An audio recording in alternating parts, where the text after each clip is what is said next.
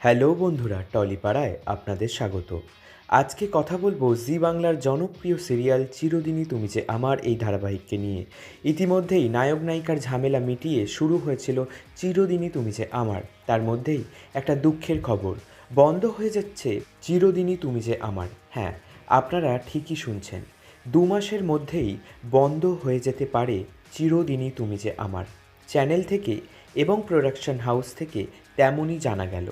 কারণ আপনারা খুব ভালো করেই জানেন, হিরো হিরোইনের ঝামেলার কারণে দিতিপ্রিয়া এই সিরিয়াল ছেড়ে দিয়েছে এবং শিরিন পাল এই সিরিয়াল করছে।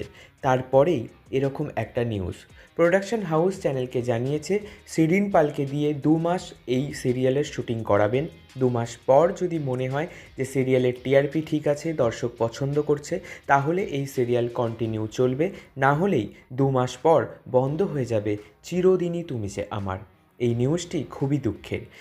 এই নিউজটি পেয়ে আপনাদের কেমন লাগলো আমাদের কমেন্ট করুন, আর দেখতে থাকুন, শুনতে থাকুন টলিপাড়া।